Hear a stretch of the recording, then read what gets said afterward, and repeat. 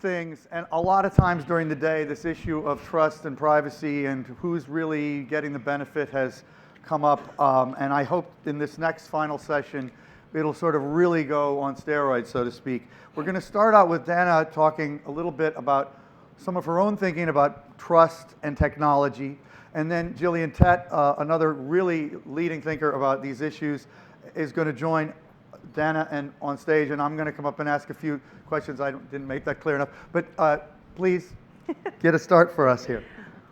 Awesome. So I have the honor of being able to give a provocation. If my slides come up, we good? Bring it. In the meantime, I'll dance, right? It's a good idea. So thank you so much for coming out today. I think this has been a phenomenal set of conversations. My goal today is to talk a little bit more about how to think critically about some of the data-related issues that we've been talking about, because I live and breathe the sort of downfalls and the challenges there. And I want to begin by saying that big data is a myth. And I don't mean that there's not data that's big or that there's not data that's useful, but that the frame that we hear when we hear big data is actually wrapped up with this ideology, as though we could actually magically solve all of the world's problems if we just have more data. And that frame has prompted a huge drive in innovation without a willingness to understand where that goes terribly wrong, or what some of the unintended consequences of it are. In fact, it's gone so notably to the point where we realize that big data kind of feels surveillant. Surveillant to the point where it's like, oh, it's kind of creepy. And so in the last couple of years, we've moved away from big data as the dominant frame to artificial intelligence. And one of the things that I've learned about artificial intelligence is that it often means three different things, depending on who you're talking to. To the public, it means anytime a computer does something that seems remotely intelligent. And to the industry at this point, it means any form of statistical processing and modeling, any form of machine learning. And the researchers down the street are scratching their heads going, no, it's a very narrow set of technical interventions. But what it means at the public level is this idea of machines coming to replace us. And we've heard that as a tension throughout today. Now, I'm a big believer in actually using data analytics in order to get smarter, in order to figure out how you can do what you do and do it well. And I'm going to give you an example from my own work and the things that I've been doing. I'm on the board of Crisis Text Line, which is an amazing service here in town that allows people who are in crisis to send text messages to counselors. So think about an old hotline, except that this is now actually done via text. It's pretty phenomenal to watch it play out. Now, what's intriguing about this is that it's an amazing service, but it's also a data analytics process. We take all of the data from people who are writing in and talking to counselors, and we process it in order to empower counselors. We don't automate. We don't automate what's going to be said in any way. We allow counselors to see correlations that we can see statistically in order to become better counselors. We give them references. We give them pinpoints. A lot of it is about empowering humans. And I think this is important because a lot of the conversation that tends to lead is about replacing humans, about assuming that technology can be smarter than humans, rather than realizing the degree to which it can be a tool and be empowering. Now, I love this quote from Jeff Bowker. He argues that raw data is both an oxymoron and a bad idea. To the contrary, data should be cooked with care. And I think it's a phenomenal way of thinking about it because it's not just the data. In fact, the data means nothing. It's the model. And that means the data plus the algorithm plus the interpretation. And there's an amazing number of things that can go wrong in that process. The data can be deeply biased in unexpected ways and deeply concerning ways. The algorithm cannot be appropriate for the data that you're working with. And the model and the level of interpretation that can come out of this can have all sorts of social ramifications, such that even the same model for one purpose being used in a different purpose can actually be quite harmful. So I'm going to give you an example from LaTanya Sweeney. She's a professor of computer science at Harvard University. And she was doing an ego search, something that we've all done, search for our names to see what would come up. And she found that when she searched for her name, she got all sorts of criminal justice-related products. LaTanya Sweeney arrested, and she was like, what the heck is this? Now, as a computer scientist, she realized that the fun thing to do was to script this. Would this occur for all names or just her name? And so she went and grabbed baby names over many, many years and found that, not surprisingly, black names were more likely to get these criminal justice-related products than white names. Now, the immediate intuition for somebody who's not working in technical circles would be like, oh my gosh, Google is discriminating against black people. But LaTanya knew better, and she was really intrigued by it. Because what happens in these ad models is the idea that we put something out, an advertiser actually goes and places ads against something like names, and then depending on who clicks on what, it iterates, it evolves. And so what happened was that when people were searching for black names, they were far more likely to click on those criminal justice-related ads. And it didn't even require Google to know whether or not those names were black or white, dominantly in the US. It just required them to understand a graph structure. And the result is that those names seem to be better fit. So what happens is that Google learned all of the prejudices of the American public, which is a deeply racist public, and fed it right back at us, right? And I think that this is important to realize because at no point in this process did Google go out of its way to be discriminatory. But a discriminatory society fed into a model will result in all sorts of discriminatory outputs. Now this is funny with ads, and we can look at it as problematic, and it's very connected to some broad racial politics in the US, but it has huge ramifications when we think about these same models being deployed in a variety of other contexts. I've been really interested in risk assessment tools, and many of the people in my research community have been deeply invested in trying to understand how this is working. For those of you who don't spend a lot of time in criminal justice, this is the information that judges get about whether or not somebody is a risk, whether or not they should get bail or bond, whether or not they should get certain kinds of punishment. And then these are models that are based on a variety of prior information, such as what's the likelihood that this person will commit a crime before based on the history of them committing the crime. The challenge is that these models are not just based on the individual. They're based on understanding the individual in the context of the available data. For those who aren't aware of our very discriminatory criminal justice system, we arrest people of color at far greater rates than we arrest white folk for even the same crimes. And when we try to build out these understandings, we assume people of color to be much more at risk, much more likely to be repeat offenders, even though statistically that is not true. In fact, one of the things that's intriguing, if you read Michelle Alexander's book, The New Jim Crow, she does a full detail of how we got there, but one of the things we know is that white people are more likely to use and sell all sorts of drugs. But the rate in which we arrest black people for selling and using drugs is far greater. So we have a really biased data set to begin with. We feed that biased data set into a model of risk assessment tool, and surprise, we get a really biased output. And one of the things that's intriguing about telling you this at this moment in time is that ProPublica has worked with some of my researchers in order to do a deep dive on this for the past couple of months. And they just released all of their materials, or a first chunk of it, including the data. I strongly recommend you check it out. They've got all the Broward County data as well as the models that they use to try to discern what's going on. This has huge ramifications for people's lives. This is true for predictive policing. This is true for a lot of the personalized learning that we're talking about. We are seeing discriminatory processes get baked into every model that we build. And why? It's not that we are designing to be discriminatory, it's that we're not designing not to be.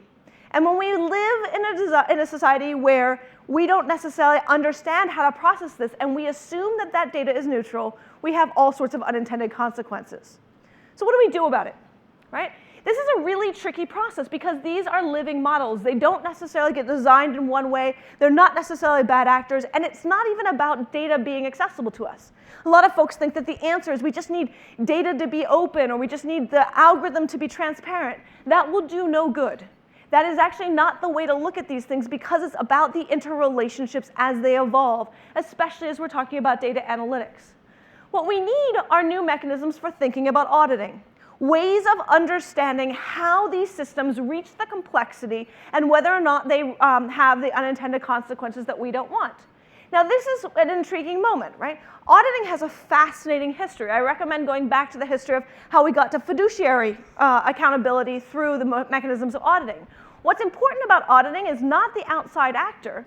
It's in many ways the inside actor. It's the organization that really wants to limit its own discriminatory potential, purposefully trying to understand the unintended consequences of what it's doing. And when we build those tools to look in, often because of pressure from outside, we have the possibility of trying to then articulate what it is that we want. And this is where value systems come into play, because we may not all agree on what we want. I've been spending a lot of time with young people here in New York City that are part of NYCHA Housing. And the reason I've been talking to young people in NYCHA Housing is because they're watching all sorts of new surveillance mechanisms come in, and they're coming up with interesting ways of coping with it. And I love it because they have these whole models of exactly where the surveillance cameras are, what's working, what's not working, how to escape the various cameras, and what to do about it. Now, I asked them, why are you trying to do this? Why do you want the cameras to not see you? And they're like, well, you know, I live with my mom, and she's on the record in NYCHA, but my aunt's homeless, and we want her to stay with us too, but we will get kicked out of NYCHA Housing if they know about her. And so we're trying to find ways to sneak her in every night so that she doesn't have to sleep on the street, right? Very practical realities. And in fact, if you spend time in NYCHA, you know that the vast majority of homes do not match with what is on the record. The people who are actually living there far exceed the people that are officially registered. And this is a question of policies. Is this a good thing or a bad thing? More people are actually living within these homes and they're surviving rather than being on the street because people are violating policy and because we are not finding ways of tracking it. The reason I bring this up is we're talking about Internet of Things today. It is extremely easy with a lot of Internet of Things related items as they go out into NYCHA Housing to realize very quickly how many houses have far more than their acceptable population living there. How then do we grapple with it? Right? Do we kick those people out? What are the politics of that? How do we think about our policies? And this is going to be true of a whole variety of these systems. We heard earlier about some of the sharing economy related issues. And one of the biggest challenges that we're seeing is that huge chunks of people in those industries are undocumented. They're not joining in on the sharing economy because it's great. Uber is banking more people than any company has before in history. But what does it mean to start tracking and tracing those populations? What does that mean for our immigration policies? How do we start having that complexity of a conversation? Data's pretty amazing. You can do amazing things with it, but those amazing things come down to a question of power. Who has access to it? What are the questions that they are choosing to ask? What are the problems they're willing to solve? And who are they willing to throw under the bus in order to get there? And I think that that's really important because as we look to all of the potential, the same possibilities of awesome can also be the same vectors of really huge socially consequential problems. And it's really up to us to choose how we go forward because it's not just about what the technology can or can't do, but just the entire social ecosystem that goes around those technologies. Thank you.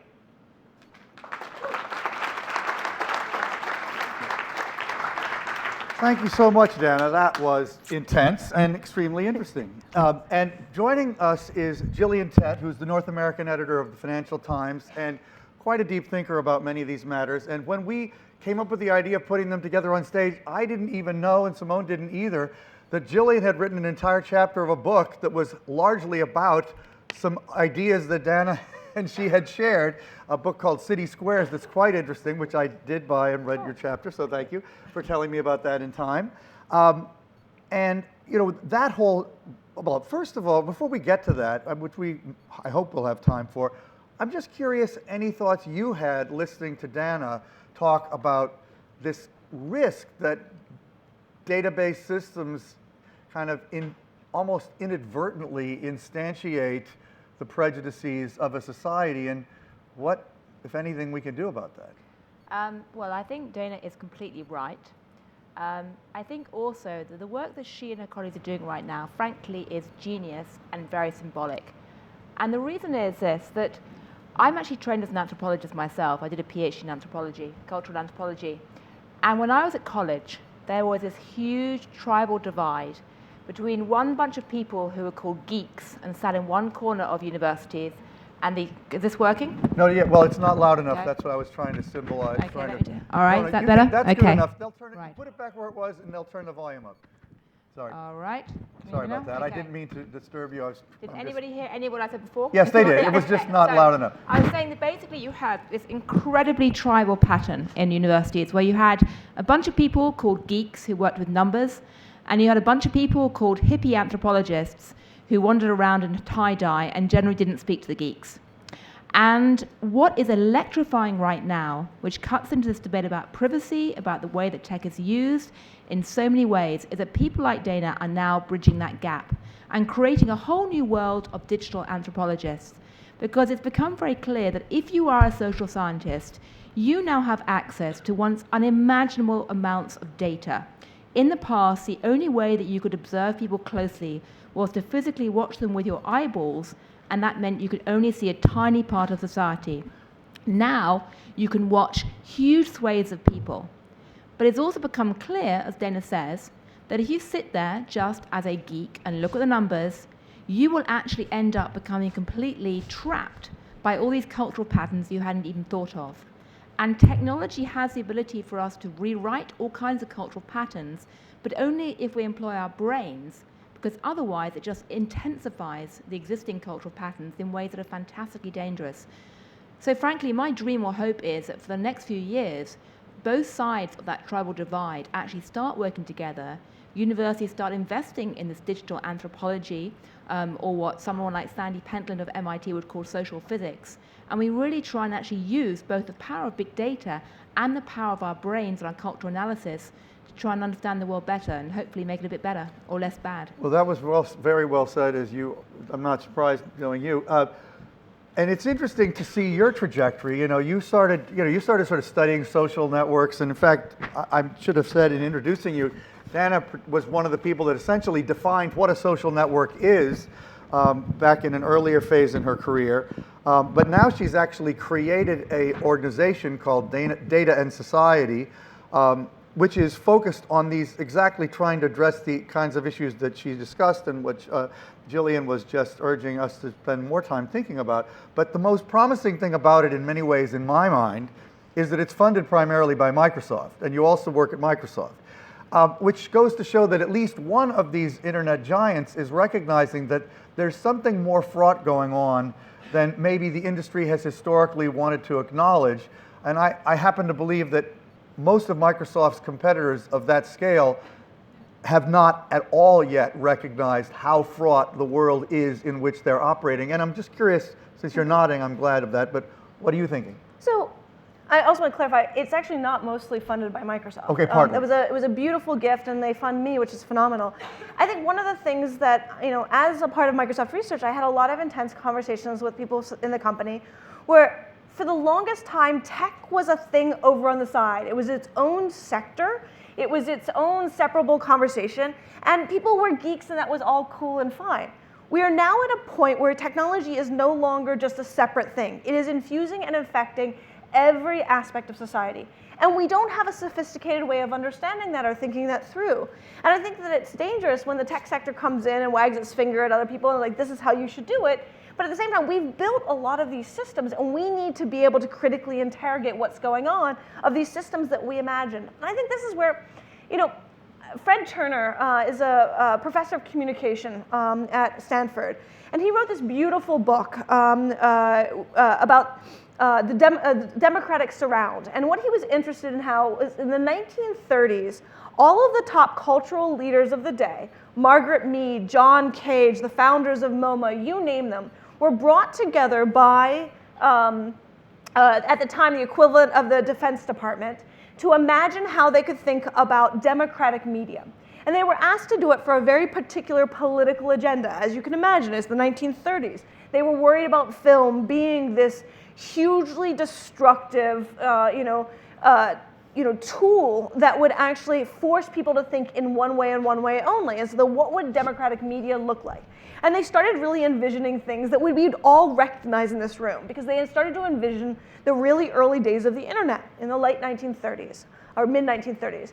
But one of the things that Margaret Mead says in this process, which is the closing of his book, is that if we succeed at creating the world we envision, we will not know how to live in the world that we have created. And it's a really interesting moment, because I think that this is true for a lot of the tech sector. We envisioned all sorts of things, and I was a part of it. My background's actually computer science back in the day before I retrained as an anthropologist. We imagined the amazing things that would happen. It would be the great equalizer. It would solve all the world's problems. If we just got people online, it would be the great enlightenment. And anybody who's been through this a few times realizes, like, No, we bring with us all of our cultural baggage. We bring with us our biases. We bring with us our desires. And so what we saw was not what these folks in the early 90s envisioned. What we saw was a set of processes that played out radically different as power got in the way in different ways. And so one of the things that I'm honored to be able to do to run Data and Society is to take a moment and step back and say, wow, this was not what anybody in the tech sector, this is not what folks who built Microsoft wanted. And like, what does it mean that it's had these ramifications? What does it mean that the World Bank is correlating, the rise of the internet with the rise of inequality? What does it mean that we're seeing all sorts of huge social justice issues emerge because of technology? We thought that this was going to bring everybody together. And if we don't critically interrogate this, if we don't understand what's going on, not only do we have the potential of deepening these problems, but we have the potential of actually seeing our technology, the things that we love and are passionate about, used for the worst things that we could possibly imagine. And my passion in all of this is to make certain that we get ahead of that we try to stop and address that. And I'm really grateful for Microsoft's help in making that happen. Well, I think it's cool too. Can I just add one thing there? Because I think another way to frame what Dana's saying, because I'm often asked, when I tell people I have a PhD in anthropology, the first thing they say is, what the hell are you doing, working for the Financial Times? Because don't you need to know about finance and economics? If they have kids who want to study anthropology, they say, well, will they ever get a job? To which the answer is, these days they probably will, because actually companies are increasingly hiring anthropologists because they realize that culture matters. But the critical point is this: we've all learned, and by the way, is anyone else in the room an anthropologist? Okay, we are, half a person, all right, we're officially outnumbered. In the last 10 years, everybody has learned why they need to know a bit of psychology. Because a bit of psychology makes your life better because it helps you to understand the processes that make your brain work and which will trap you if you don't think about it. The next leap that everyone needs to learn is why they should all know some anthropology, or at least have appreciation for its importance, because actually we are equally shaped by very powerful cultural habits that we inherit from our environment. We're all creatures of our own environment, and if we don't think about it and consciously try and address them, we will end up equally trapped. And that little example that Dana gave about AI and the way that one word can be used in 3 different ways is incredibly emblematic of what's going on with technology as a whole. Because all of you, who are mostly tech people, are tossing words around every day and using cultural patterns that will trap you completely and make you much less functional if you don't step back and actually try and question them and realize that we can either be prisoners of our patterns or we try and master them. Well, that's interesting and beautiful. Now, one of the things I'm more prosaic. I have questions written down, but having read that chapter, there's a question that you ask at the end that you don't really answer, because the book's about city squares, right? Yeah. And then you write this interesting chapter about sort of the virtual squares emerging, and then you invoke some of Dana's ideas, and then you ask, I'm a journalist, so I basically go around pinching can people's virtual ideas. squares be a force for civic good or not, right? But you don't really answer that question, and I wanted to ask you what your opinion is, and I'd be curious to know yours, since you've spent so much time looking at social networks. One of the things Dana did was write a book about, what was it called again? It's complicated. It's complicated, about how teenagers and young people use social media and online and digital communication. A brilliantly influential book. But in a nutshell, Twitter was created by Biz Stone, who had this dream that if you created Twitter, it would cause everyone to flock together, to use that old cliche, and then you'd have a much better world. And the question in my mind about whether virtual squares are good or bad is, are they actually causing people to flock together or fly apart? Because in the early days of Twitter, when it was small enough that everyone collided with everyone else automatically, they probably were flocking. Today, Twitter is so fragmented by virtue of its size that it's very easy to create polarization instead. And this comes back to my point. If we don't think about how we're actually using social media, how we're creating virtual squares, we will simply end up intensifying the tribalism that is already out there and actually making it worse. And one way to do this is actually to take a lesson from Dick Costolo, of all people, the former CEO of Twitter, who told me once that what he was doing when he was running Twitter was making himself, every couple of weeks, change the people who he actually followed on Twitter, just to force himself to get out of that tendency to slide into tribalism. And I'd ask, everyone in the room who's on Twitter, is go back tonight and look at the people who you've chosen to follow, And I would bet you that 99% are broadly from your own intellectual and social tribe. Okay? I mean, do any of you actually follow any anthropologists? What, two? Okay, well, start with Dana if you don't. But you know, just try an experiment for 1 week and knock out everybody who you follow on Twitter and put in 20 people from totally different worlds. Put in someone who thinks that Donald Trump is fantastic. Put in somebody who is an activist in Bolivia. Put in someone who, I don't know, is an Australian CEO. Put in people from a completely different world. And then you'll realize once again just how powerfully we're being trapped by our cultural patterns that we inherit without realizing it. Okay, but you know, you say if we don't think about this sort of squares for good issue, we're in trouble, right? And yet one of the things that I've mentioned several times on the stage today is how completely absent any consciousness of even these issues is from our public political dialogue. It's absolutely 100% absent, right? And you help very majorly edit one of the world's leading papers that's looking at political and economic developments.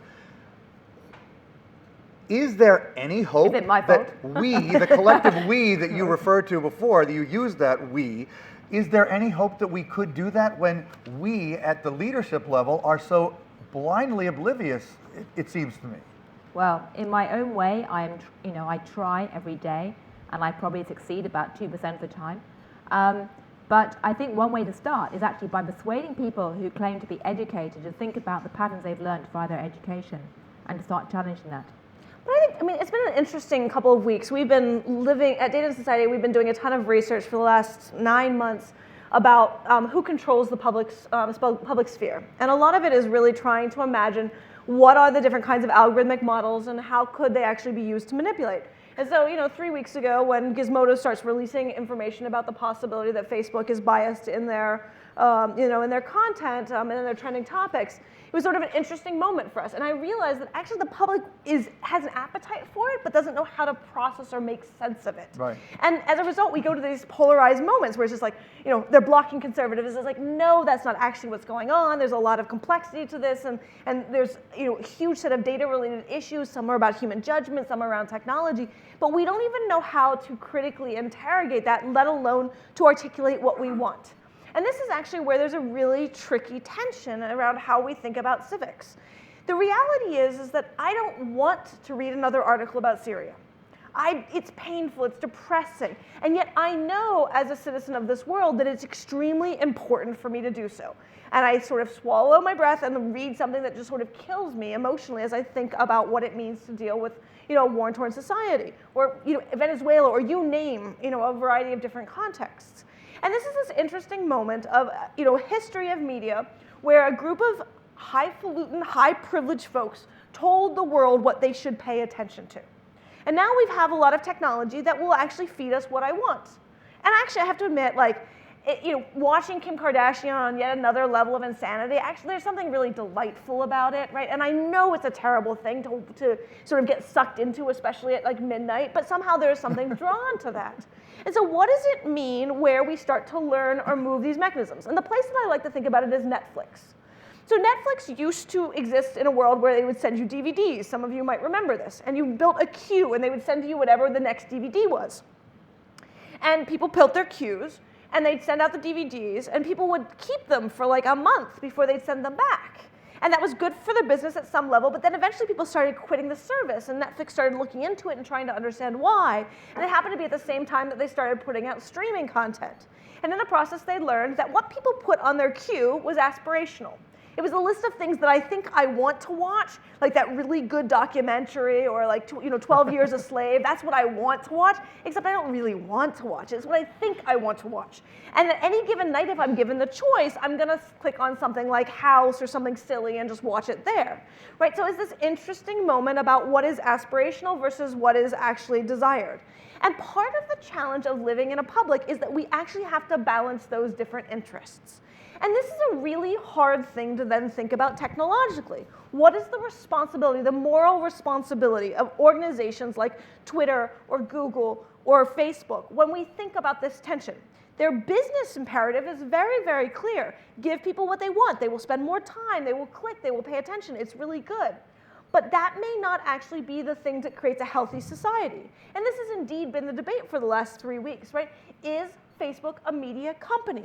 Do they have a set of social responsibilities? And this is where I think Well, about... the answer to both of those is definitely no. yes, absolutely. Well, I mean, it is, but that's not necessarily how we think about it. Well, it's not how they You think see- of it either, and that's even a bigger problem. But so this is where I think we get to a business conversation of the double bottom line. But there's a long history of this. Like, if you look back at the history of Ford Motor Company, they needed to take care of their entire citizenry in order to be a functioning company. And so the social impact was actually built into it because it was located within geography. We no longer have that. And so how we've ended up creating these weird forced dynamics of like, what is the social good? Who defines it? How is it scripted? And that's a lot harder to negotiate. And I don't think we have a good way of going about it. And I just say, in a practical level, what the issue we face at the Financial Times, like every single newspaper, and this is me putting on my FT corporate hat on, not my anthropology hat on, is that, you know, if we ask our readers what they want to read, you know, they will increasingly choose customized news about their sector. And yet actually, the value of the FT to our readers is not to give them just customized news and not to just take them down intellectual rabbit holes that they choose themselves, but to enable them to collide with the unexpected. Yeah. And the question is, in a world where we are increasingly creating our own customized universe, how do we ensure that we actually collide with the unexpected? And the vision I have is dominoes. If you think about dominoes, we all have a tendency to customize our world. You can actually engage with people with a bit of customization at one end of the dominoes, but then you have to give them something new to break them out of their own little bubble. By the way, it's one of the reasons that I find the print paper is far more useful for my intellectual development because serendipity is much, much more frequently experienced. And you guys, you're probably my favorite paper. I like several papers. Just but say it a bit louder. Give it to all your friends I love and the family. FT, and it is amazing if you just sort of flip through it, the things you're going to be exposed to about what's happening in Rwanda or, you know, British politics, a little bit more of that than I could deal with, to be honest. But, you know, it's really... The question, David, though, is how do you create that experience of collision online? I don't know. Because we're grappling with that problem every single day on the FT. The Times doesn't, I don't use the FT online because it's too expensive, but I do use the Times, and I think they do a terrible job of it. I think, you know, Does anyone know how you collide online? Well, Because, the best is know, that, you know, most emailed story lists is where you kind of get a little bit of that, and that's often people's favorite feature of the Times app. But I want to give the audience a chance to say anything because you don't usually get two people like this to say ask questions to. Okay, Stephen, you've asked a lot of questions. Somebody, okay, oh wait, all right.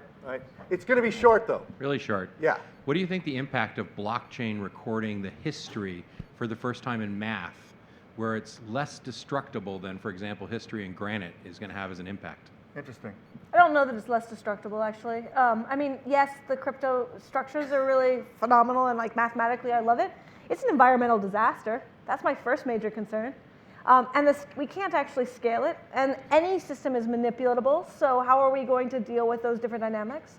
And I think there's just a lot of open questions, and it's going to work for certain things, and it's not going to work for others. But more than anything, what scares me is just the environmental costs of what it means that we're doing literal mining in order to do crypto mining, right? Like that's, just pause here, which is, we don't think about the environmental impact of the cloud. Why do you need every Twitter notification you've ever had to sit live on server so that you can search for it in your Gmail? That's insane. That takes up land, power, water, environmental structures all the way down. The more we go to Bitcoin, the more we're going to be costing ourselves into the future in really significant ways, which is one of the reasons that I don't actually think it is sustainable or nearly as long-term as Granite. Really interesting. Okay, over here. Arun Arun. Sundarajan. So, you know, I mean, both of you alluded to the sort of the potential reinforcing nature that digital has of, you know, people wanting to stay in their own sort of business world, filter bubbles, or like, you know, sort of the reinforcement of sort of biases that have collectively now arrived and sort of been embedded into Google. But and you know, we've been hearing about the filter bubble and that sort of the disappointment of the internet in sort of not giving us a broad range of things, but in sort of But I'm wondering if is this what you actually like?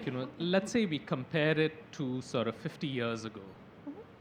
I'm wondering, are we moving forward or are we moving backwards in terms of how much we are being reinforced in our sort of biases, or how narrowly we are sort of getting our news. I mean, I think the idea of the filter bubble is appealing and it's intuitive, but is it really sort of a step backwards relative to the way things were, say, 50 years ago or 20 years ago? Okay. So it all Thank you. depends on what position you sit in, which is to say that 50 years ago, in terms of media and news narratives, it was all shaped by white men in a very particular narrative, and we had a whole set of subcultural, conversations. Ethnic media was very, very mature, and it was very much filter bubble style. But at the same time, there was a dominant narrative, and that dominant narrative was set and shaped by a certain set of interests. What got us to where we are today is a desire and a critique about the fact that this dominant narrative was a narrative of privilege, and at best was diversified across political spectrum, conservative and progressive. But it was not actually about all of these different dynamics. And so what we saw was a restructuring and reshifting. And I'm talking domestic for a second. When we go international, we deal with a different set of interests. I'm particularly interested in what's going on right now in Russia. Russia is engaging in a mass disinformation project. It's pretty phenomenal to watch, where the goal, the purposeful goal, is to make information on the internet untrustworthy. And this is where I think that we're reaching a really interesting question. And this is where I think information is shifting. We've long known, especially as scientists, we know that most things are probabilistic. Right? It's not you have cancer or you don't have cancer. There's a whole set of probabilistic structures of what this means about this growth. But we can talk about this scientifically, but we've never been able to talk about this publicly, right? This is not how people think. They think in binary. So the narrative of news for the longest time has been in binary. What's at stake right now is that we've actually moved to a probabilistic conversation where and you can hear it as dog whistle politics, you hear it in a whole set of different frames, but it means we will have an election series of debates that will not only not be on topic, but they will not talk to one another, right? They will literally be speaking past one another in all sorts of weird ways.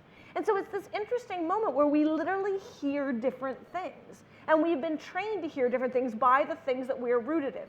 And that's what's shifted in significant ways. When we were all hearing the dominant white male narrative of American politics, we heard everything in political discourse in light and in response to that, and in response to our own identity in relationship to that.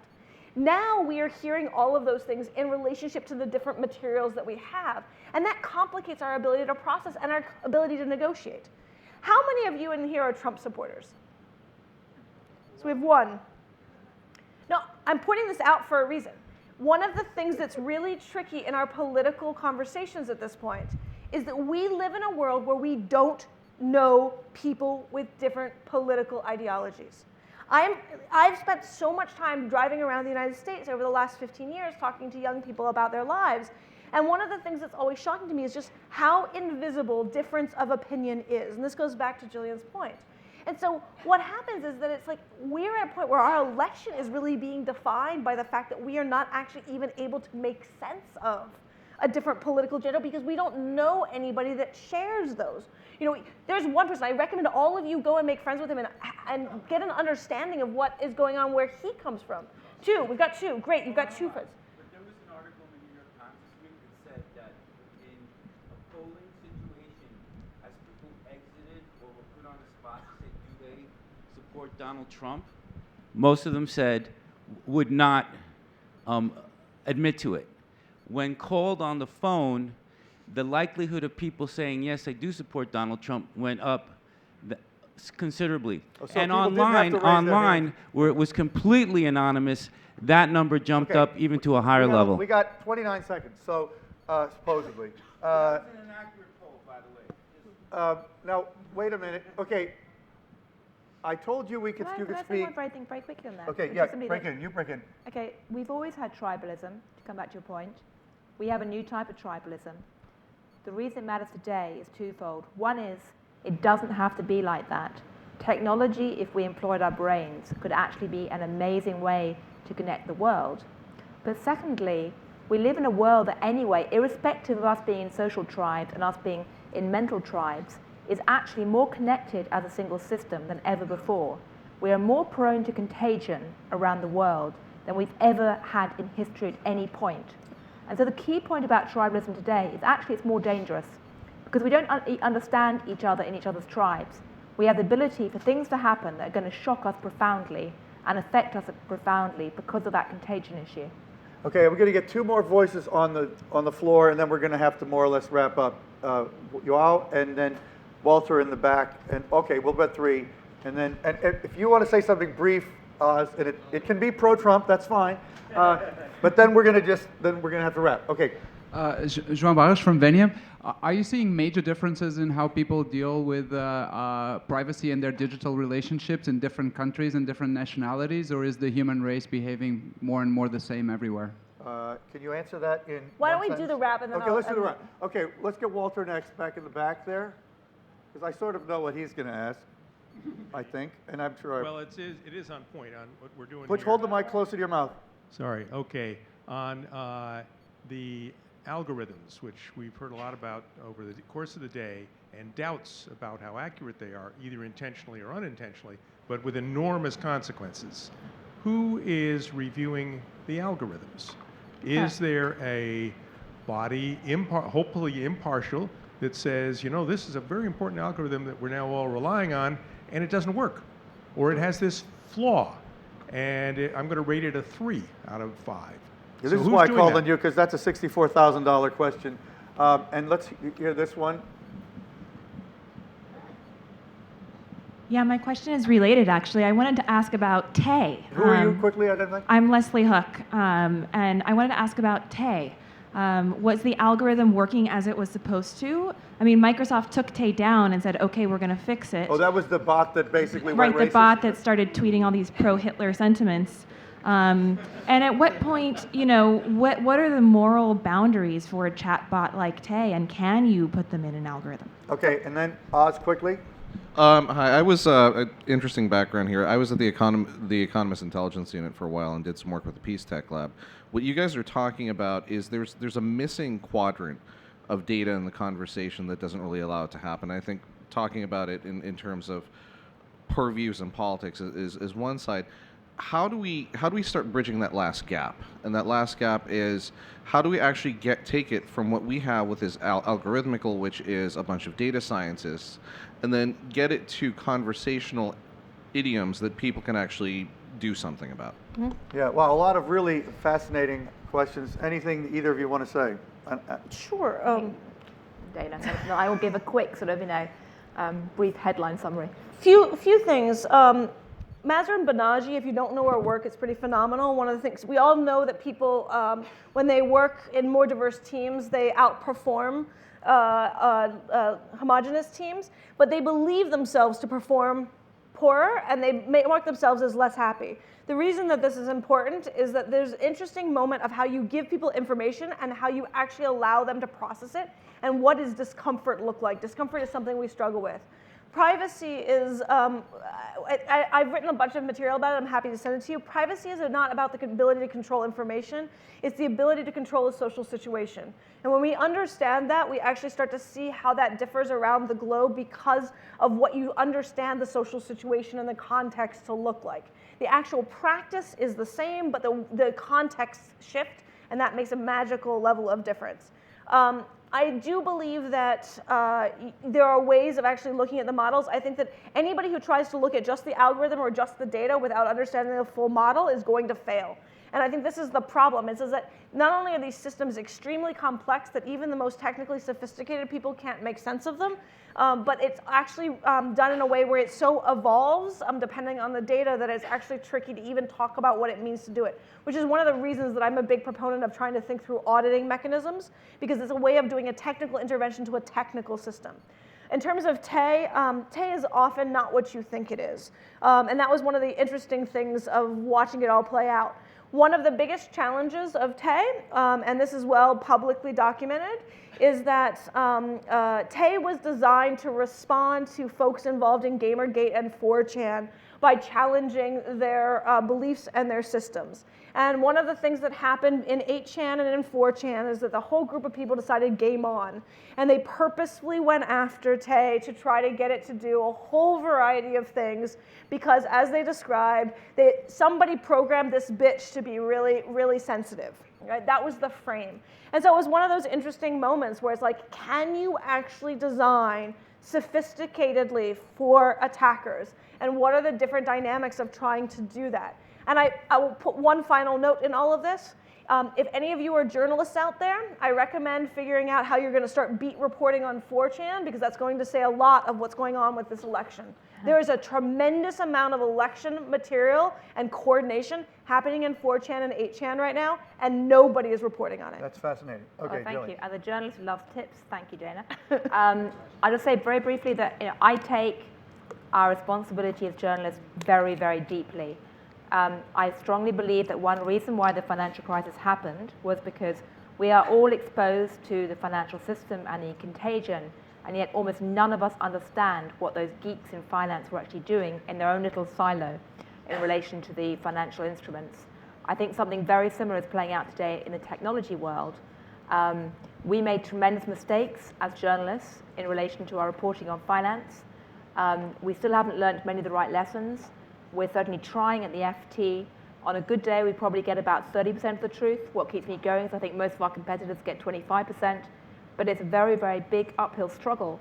And in a world where the corporate interests have the money, and where the PR departments of most of the banks, the tech companies, are bigger than the budgets of most media organizations, frankly, we need all the help we can get from any of you lot. So thank you. One PS, as I saw whispered. Other journalist. If you don't know what 4chan or 8chan is, read the Wikipedia entry. Do not otherwise look it up. Or talk to somebody who knows what it is, because it's not pretty. Okay, good. So I want to just end with a couple of quick comments. One is, I think there's a little more case for optimism than we have heard on this stage, but I'm not going to take lengthy time that I would have to take to explain that. But the thing that I find most interesting, summarizing this, and I think so many of the things that both of you have said underscore it, is, and it kind of goes to Walter's question about algorithms and this role of Facebook with the trending news controversy, and then a question that Jillian asked in that same City Squares book is, how do we look at the real and the virtual worlds in symbiosis?